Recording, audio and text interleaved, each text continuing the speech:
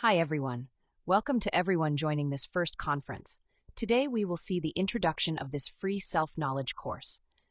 This course, with 50 topics in its first phase and 25 in the second, offers a lot of information, but above all, practical techniques so that you can directly verify each topic, get to know yourself, and awaken your consciousness. All the questions you have in relation to this and all the topics, you can leave them in the comment box, and we will be answering them there. So let's start this introductory topic, in which we will talk about what it is to know oneself and what are the objectives of achieving self-knowledge.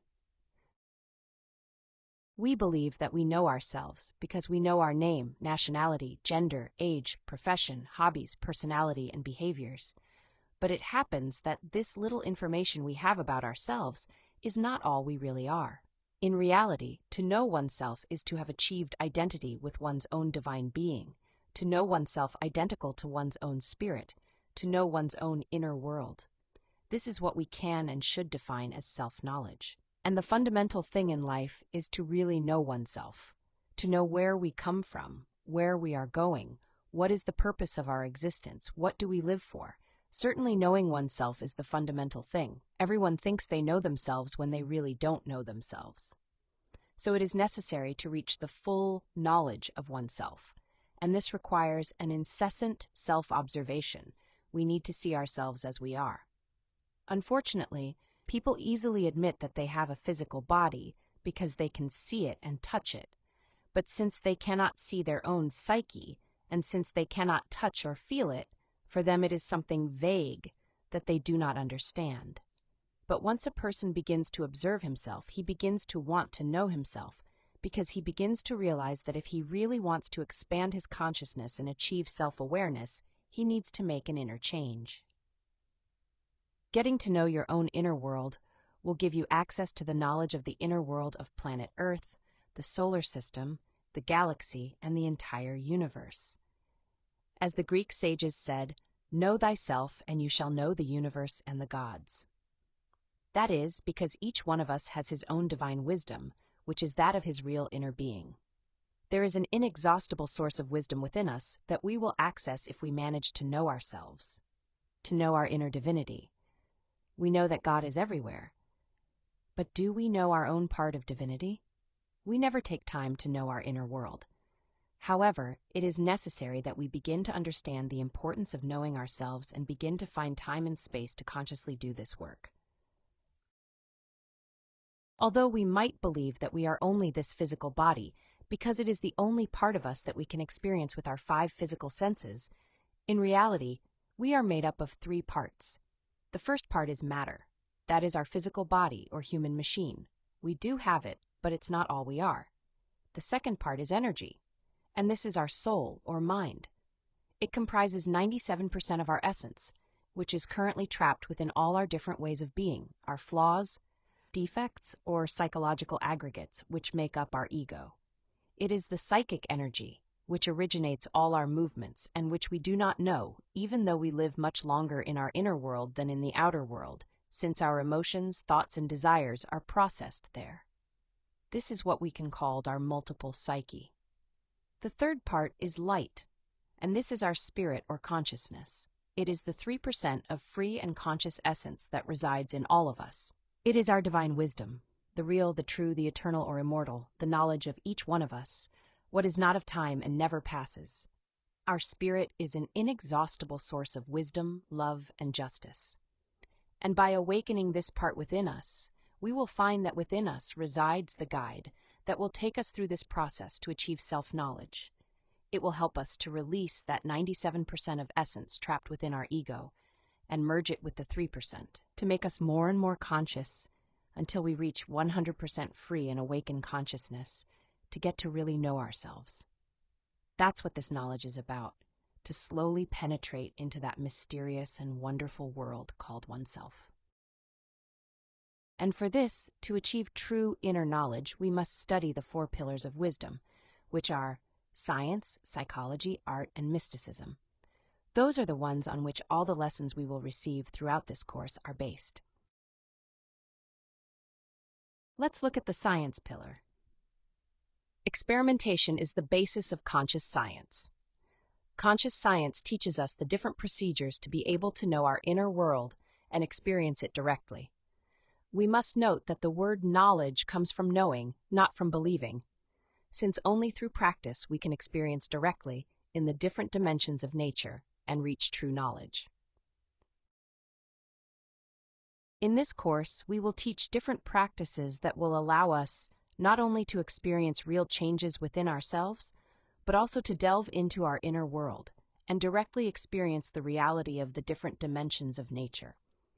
It is practice that makes perfect, and only through practice we can see results in our inner work. That's why we must practice until we succeed.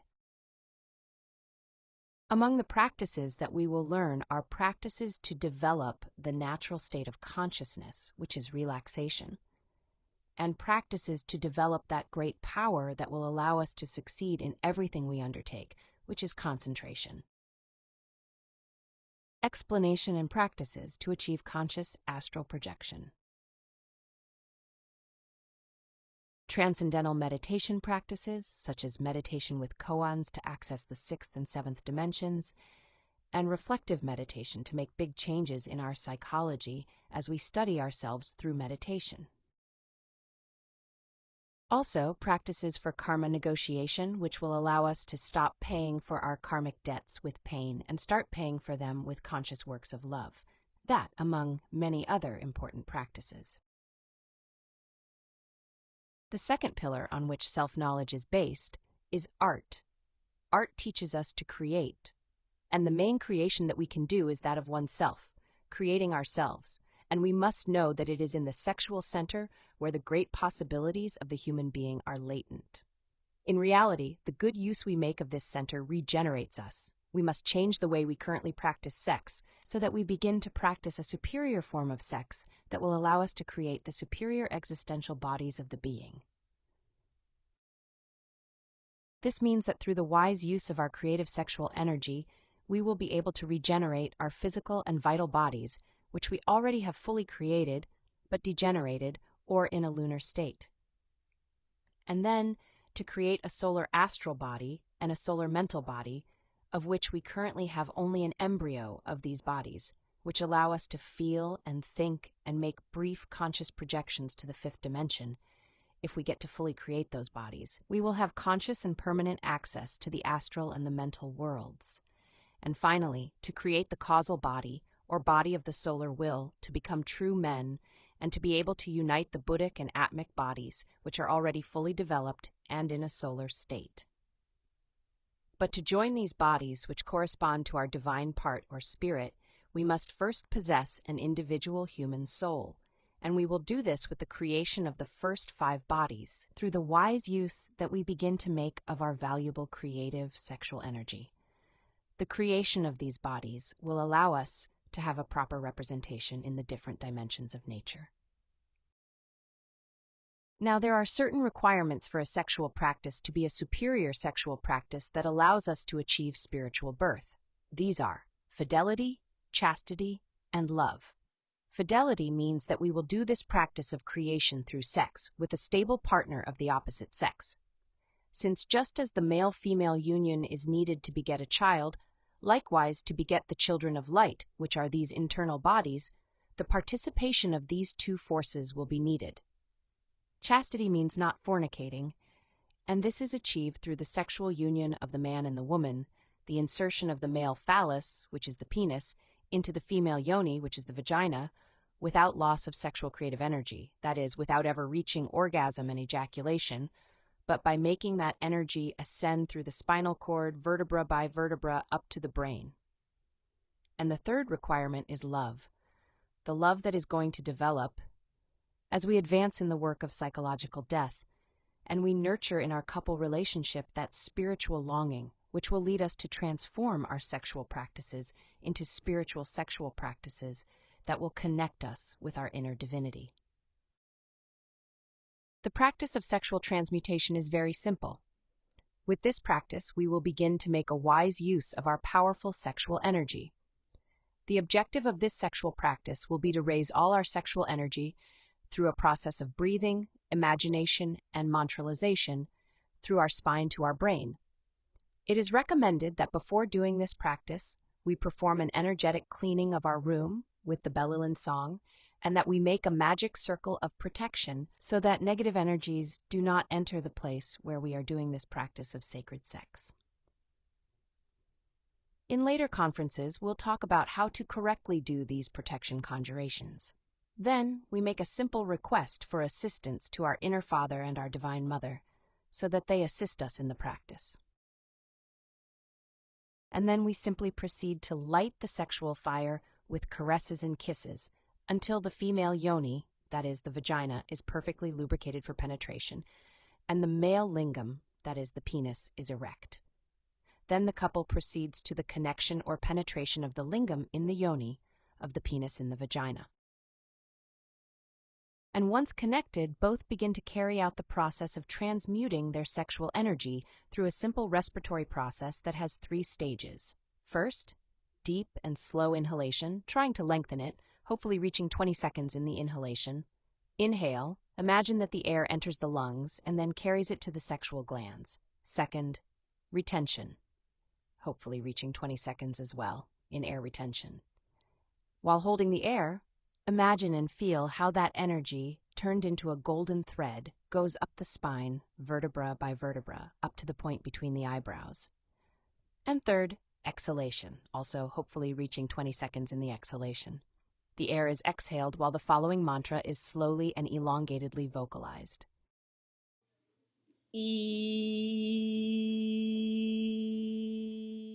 Then repeat the complete process of breathing and imagination. And when reaching the point of exhalation for the second time, exhale by chanting the mantra.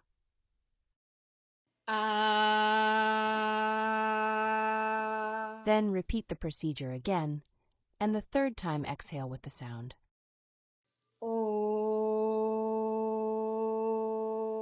That is a complete transmutation process with the 3 mantras.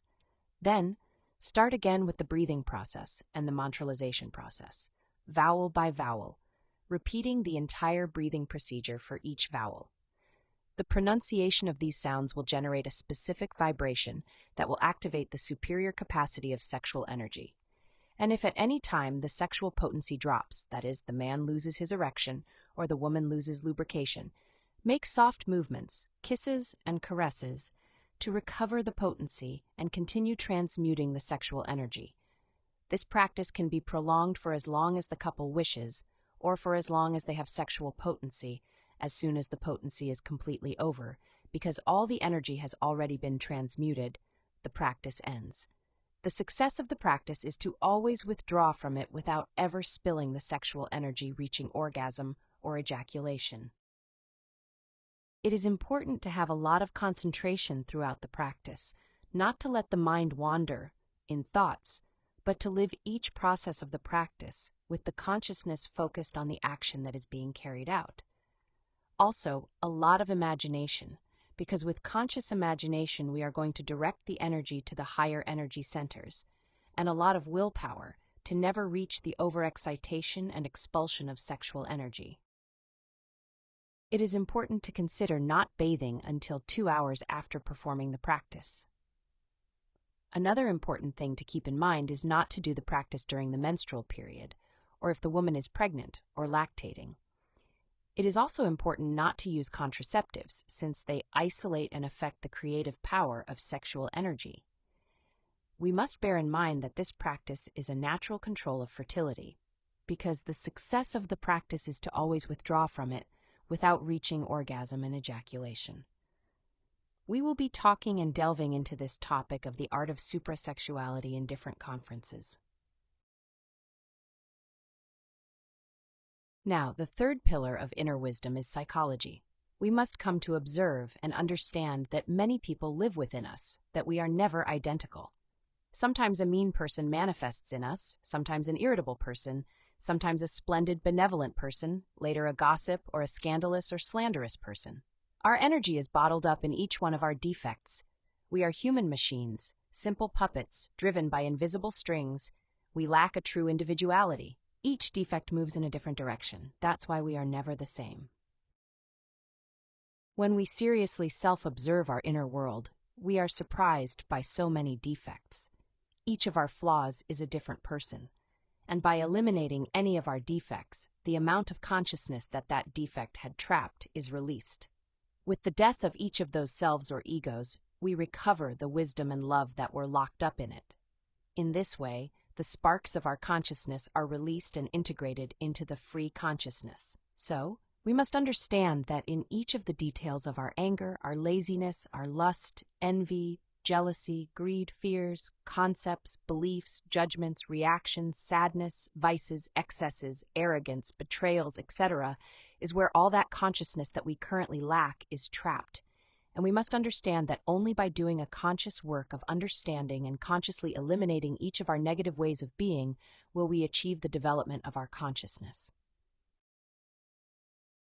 With the death of each of the psychological defects, we recover the wisdom and love that were trapped in it. In this way, the sparks released are integrated into the free consciousness, and we become increasingly conscious. The greater the number of defects eliminated, the greater our percentage of awakened consciousness. The method for the liberation of consciousness through the practice of psychological death or elimination of the ego is: first, observe ourselves at all times in order to discover the different defects that manifest in us. Once we discover a defect that is moving, let's say our emotion, be it anger, fear, anxiety, lust, etc., or that is moving our thoughts, making us imagine, remember, plan, or our motor functions, making us feel the desire to act or talk in a wrong way. We proceed to judge this way of being until it is understood, until we come to understand that it is actually a manifestation of our ego, not of our conscience, since it comes to waste our energy, harm ourselves and others, and once understood, it must be eradicated from us.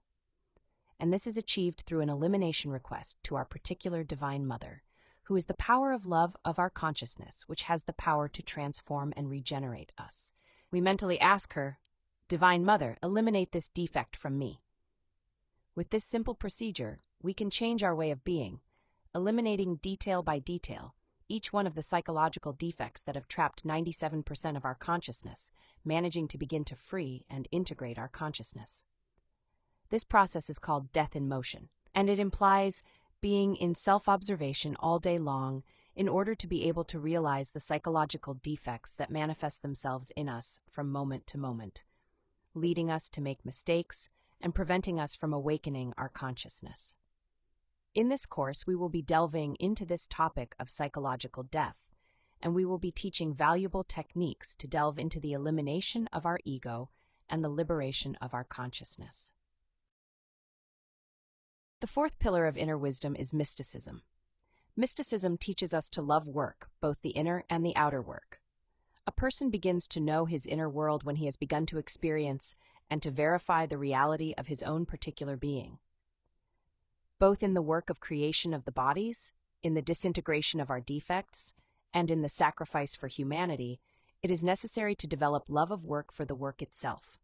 And this is one of the most difficult things because of the state we are in, where we are used to working for money or other interests. And when we must work without these kinds of incentives, we don't feel like doing it. So, when we develop selfless sacrifice for humanity, we begin to experience love for them. We then vibrate with the wonderful force of love and experience a very important change in each of our cells. Mysticism is experienced directly in the sacrifice for humanity, when selflessly and without distinction of race, age, color, condition, etc., we give this knowledge to everyone in its pure form, without mixing it with other things, without adding or taking anything away from it, and without charging it in any way, so that everyone, if they wish, can receive the precise techniques and can get to know themselves. Only through practice and direct experimentation we can perfect our ability to do, which we will call mysticism, since love only manifests itself in actions. And finally, let's see what the objectives of self-knowledge are. What are we going to achieve if we embark on a journey towards self-knowledge? The self-realization of the being, the regeneration of the human being, liberation of all of our consciousness, creation of the superior existential bodies of the being, knowledge of all laws, knowledge of the superior dimensions, incarnate our individual Christ, resurrect in oneself, achieve sacred individuality.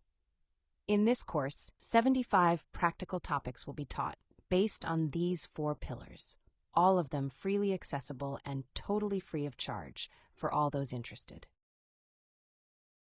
Remember, know yourself, and you will know the universe and the gods. In the next topic, we will talk about the mysteries of death. The processes that the person experiences when his physical body dies, and the different types of death that exist, and we will talk about which of them is the one that frees us. Well, thank you very much to all of you who attended this conference. See you next time.